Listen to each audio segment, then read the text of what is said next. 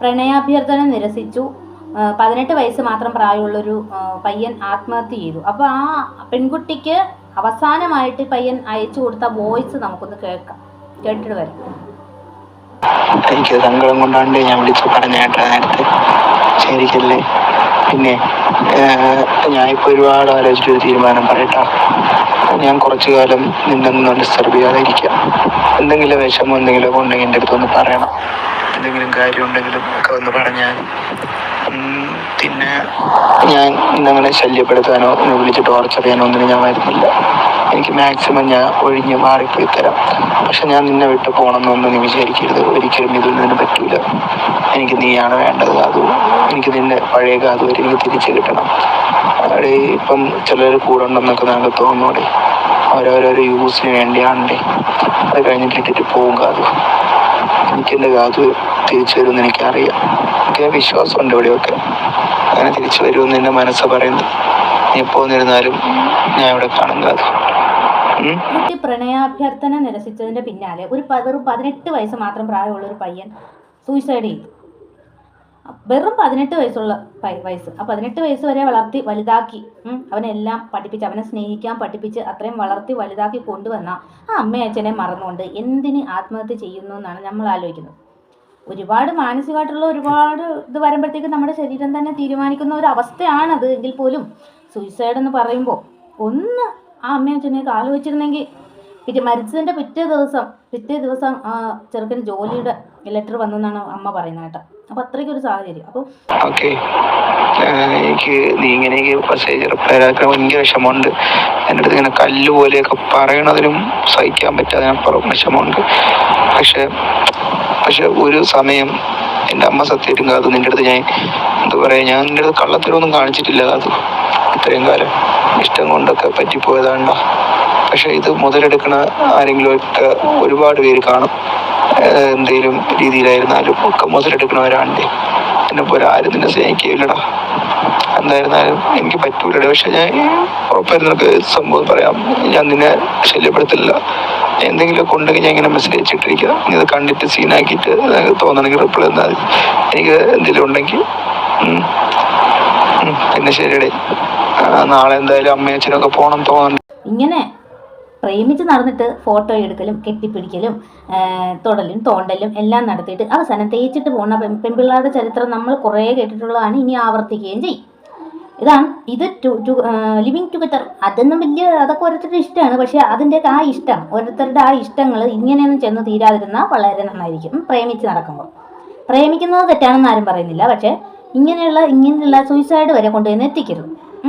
അപ്പോൾ കെട്ടിപ്പിടിച്ചും അവിടെ ഇവിടെ കറങ്ങാനും കോവിലിൽ പോകാനും ഫോട്ടോ എടുക്കാനും കൂടെ ഇരുന്ന് എടുക്കാനും കിടക്കാനും ഒക്കെ ഇവർക്ക് പറ്റുമെന്നുണ്ടെങ്കിൽ എന്നിട്ട് ഇവൾ നോ പറഞ്ഞു. അപ്പോൾ അവൾ തേപ്പാണ്. അപ്പം നേരെ മറിച്ച് ഇതിപ്പോൾ ആ പെൺകുട്ടിയുടെ ഭാഗം കൂടി കേൾക്കണം എന്നൊക്കെ പറഞ്ഞ് ഒരുപാട് പേര് പറയുന്നുണ്ട്. എന്താണ് കേൾക്കേണ്ടത്? ഇപ്പം നേരെ മറിച്ച് ആ പെൺകുട്ടിയാണ് ആത്മഹത്യ ചെയ്തത് എന്നുണ്ടെങ്കിലും ആ ചെറുക്കൻ്റെ ഭാഗത്ത് തന്നെ പറയും. അവൻ്റെ ഇത് പരിശോധിക്കണം, എന്തോ കാര്യമായിട്ട് നടന്നിട്ടുണ്ട്. ഇപ്പം ആ ചെറുക്കനാണ് ആത്മഹത്യ ചെയ്തത്, അവൻ്റെ ജീവനാണ് അവൻ കളഞ്ഞത്. അപ്പോഴും പറയുന്നത് പെൺകുട്ടിയുടെ ഭാഗത്ത് കേൾക്കണം എന്നാണ്. എന്താണ് കേൾക്കേണ്ടത്? അവൾക്ക് അതിനേക്കാളും നല്ലൊരു ആലോചന കിട്ടിയപ്പോൾ അവൾ അവരുടെ കൂടെ പോയി, അത്ര തന്നെ. അല്ലാതെ അതിൽ കൂടുതൽ എന്താണ് അതിൻ്റെ ഉള്ളത്? അല്ലെങ്കിൽ ഉണ്ടെന്നുണ്ടെങ്കിൽ അവരത് കൊണ്ടുവരട്ടെ. റെക്കോർഡും എല്ലാം ഒക്കെ ഉണ്ടല്ലോ. പരസ്പരം ഒരു ഇതില്ലാതെ ഇത്രയും വർഷം 3-4 വർഷം പ്രേമിച്ച് നടന്നിട്ട് എല്ലാവർക്കും, അതും എല്ലാവരും അറിഞ്ഞ് പ്രേമിച്ച് നടന്നിട്ട്, വീട്ടുകാരും എല്ലാവരും അറിഞ്ഞ് പ്രേമിച്ച് നടന്നിട്ട് അപ്പോൾ പെട്ടെന്ന് എന്തൊക്കെയോ അവരുടേതായ കാരണങ്ങൾ കൊണ്ട് പെട്ടെന്ന് ചെറുക്കനെ അവോയ്ഡ് ചെയ്തു.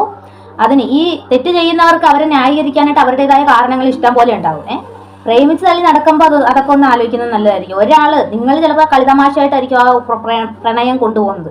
നിങ്ങൾ എതിർവശത്തുള്ള ആളെ വളരെ സീരിയസ് ആയിട്ടായിരിക്കും ഒരു പക്ഷേ നിങ്ങളത് സ്നേഹിക്കുന്നത്. അപ്പോൾ നിങ്ങൾ പെട്ടെന്നൊരു ദിവസം ഇങ്ങനെ തേച്ചിട്ട് പോകുമ്പോഴത്തേക്കും ആൾക്കത് അത് അക്സെപ്റ്റ് ചെയ്യാൻ വളരെ ബുദ്ധിമുട്ടായിരിക്കും. അപ്പോൾ ഈ സൂയിസൈഡ് അങ്ങനെയുള്ള ഒരു മാനസികാവസ്ഥയിലേക്ക് ആളെ കൊണ്ടുവന്ന് എത്തിക്കുന്നതാണ്. ചെറുക്കൻ ആ കുട്ടിയെ ആത്മഹത്യ ചെയ്തിട്ടും പെണ്ണിൻ്റെ എന്തെങ്കിലും അവൻ്റെ ഭാഗത്തുനിന്ന് ഫോൾട്ട് വന്നിട്ടുണ്ടോന്ന് അന്വേഷിക്കണം എന്നാണ് ഒരു ഭാഗത്തിൻ്റെ പറച്ചിൽ. എനിക്ക് അറിഞ്ഞൂടാ ആ ഒരു കോവിലിൽ നീ വരുമെന്നൊക്കെ. പക്ഷെ ഭയങ്കര സന്തോഷമായിരുന്നു അമ്മയ്ക്കൊക്കെ. കുഴപ്പമില്ലടേ, എനിക്ക് എല്ലാവരും എന്നെയാണ് കുറ്റപ്പെടുത്തണേ. മാമിക്കൊന്നും നിൻ്റെ അടുത്തൊരു കുഴപ്പമില്ലടേ.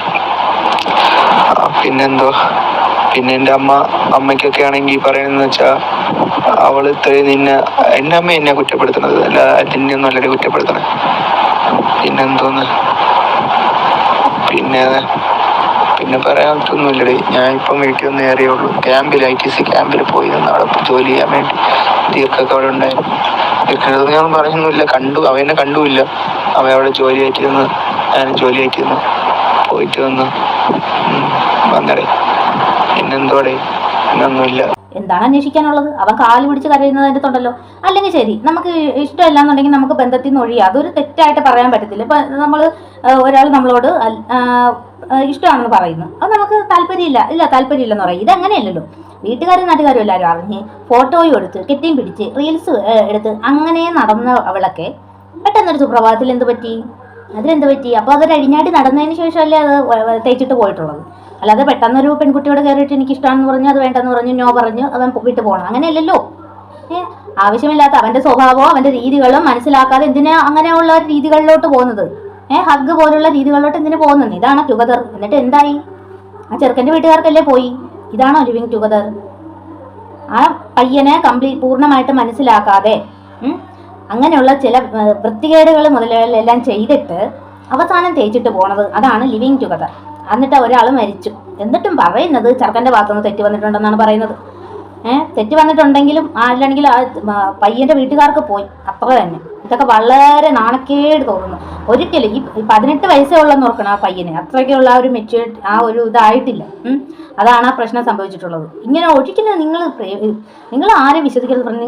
നിങ്ങളുടെ കണ്ണിനെ പോലും നിങ്ങൾക്ക് വിശ്വസിക്കാൻ പറ്റാത്തൊരു കാലമാണെന്നുള്ളത് നിങ്ങൾ മറന്നുപോകരുത്. പ്രേമിക്കുമ്പോഴാണെങ്കിലും നിങ്ങൾ ആരെയും സെലക്ട് ചെയ്യുകയാണെങ്കിലും നിങ്ങളുടെ കണ്ണിനെ പോലും നിങ്ങൾക്ക് വിശ്വസിക്കാൻ പറ്റാത്ത രീതിയിലുള്ളൊരു കാലമാണ് ഇപ്പോൾ കടന്നുപോയിക്കൊണ്ടിരിക്കുന്നത്. അവസാനം നിങ്ങളുടെ വീട്ടുകാർക്ക് പോകും. മര്യാദയ്ക്ക് 18 വയസ്സുകളിൽ ഒരു നല്ലൊരു ജോലിയൊക്കെ വാങ്ങി ആ വീട് നോക്കി സമയമാകുമ്പോൾ അമ്മയും അച്ഛനും കണ്ടെത്തി തരുന്ന ഒരു പെൺകുട്ടിയെ വിവാഹം കഴിച്ച് ജീവിക്കേണ്ടതിന് പകരം ഇപ്പം നഷ്ടം. അവരിനി എന്നും കണ്ണീര് കുടിക്കാനുള്ള ഒരു വകുപ്പുണ്ടാക്കി കൊടുത്തല്ലോ അവളുടെയൊക്കെ തലയിൽ അതിൻ്റെ ഒരു പ്രാക്കായിട്ട് അത് അങ്ങനെ കിടക്കും. സമാധാനം കിട്ടും അവർക്കൊക്കെ. ഫോട്ടോയൊക്കെ എല്ലാം സോഷ്യൽ മീഡിയയിൽ പോയിക്കൊണ്ടിരിക്കുകയല്ലേ. ഇനി അവളെ വേറൊരുത്തൻ കെട്ടിയാൽ തന്നെ നിന്നെക്കാളും നല്ല ഒരുത്തനെ കണ്ട അവൾ ഉറപ്പാണ്. അല്ലെങ്കിൽ അതിന് വ്യക്തമായി അവൻ എന്ത് തെറ്റാണ് ചെയ്തതെന്നുള്ളത് ഈ വീട്ടുകാരെല്ലാം അറിഞ്ഞോണ്ടല്ലേ ഇവരിത് പ്രേമിക്കുന്നത് കാര്യങ്ങളൊക്കെ. പിന്നെ എന്ത് തെറ്റ് സംഭവിച്ചെന്നാ പറയുന്നത്? എന്ത് തെറ്റ് സംഭവിച്ചാലും കെട്ടിപ്പിടിക്കാനോ കണ്ടെടുത്തൊക്കെ നിരങ്ങാനോ എല്ലാം അറിയാമായിരുന്നല്ലോ. അപ്പൊ അതിലൊന്നും ഒരു തെറ്റുമില്ലായിരുന്നു. അങ്ങനെ നടന്ന ഫോട്ടോ എടുക്കാനോ അതിലൊന്നും ഒരു തെറ്റുമില്ലായിരുന്നു. എന്താണെങ്കിലും ബോയ്സ് ആണെങ്കിലും ഗേൾസ് ആണെങ്കിലും ഇങ്ങനെയൊക്കെ ഉള്ള ഒരു സാഹചര്യത്തിൽ എടുത്തു ചാടുന്നതിന് മുന്നായിട്ട് നമ്മുടെ അച്ഛനെയും അമ്മയും ഒന്ന് ആലോചിക്കുന്നത് വളരെ നല്ലതായിരിക്കും. ഇഷ്ടമില്ലാത്തൊരു പോട്ടേന്ന് വെക്കണം. അവരുടെ പിന്നാലെ നടന്ന് നമ്മുടെ ജീവിതം കളയേണ്ട കാര്യമില്ല. ജീവിച്ച് കാണിച്ചു കൊടുക്കണം. അപ്പോഴുണ്ടല്ലോ അവളൊക്കെ തന്നെ തേഞ്ഞോളും. അല്ലാതെ ഇതുപോലത്തെ തേപ്പുകൾക്ക് വേണ്ടി കളയാനുള്ളതല്ല ഓരോരുത്തരുടെയും ജീവൻ. Thank you for watching.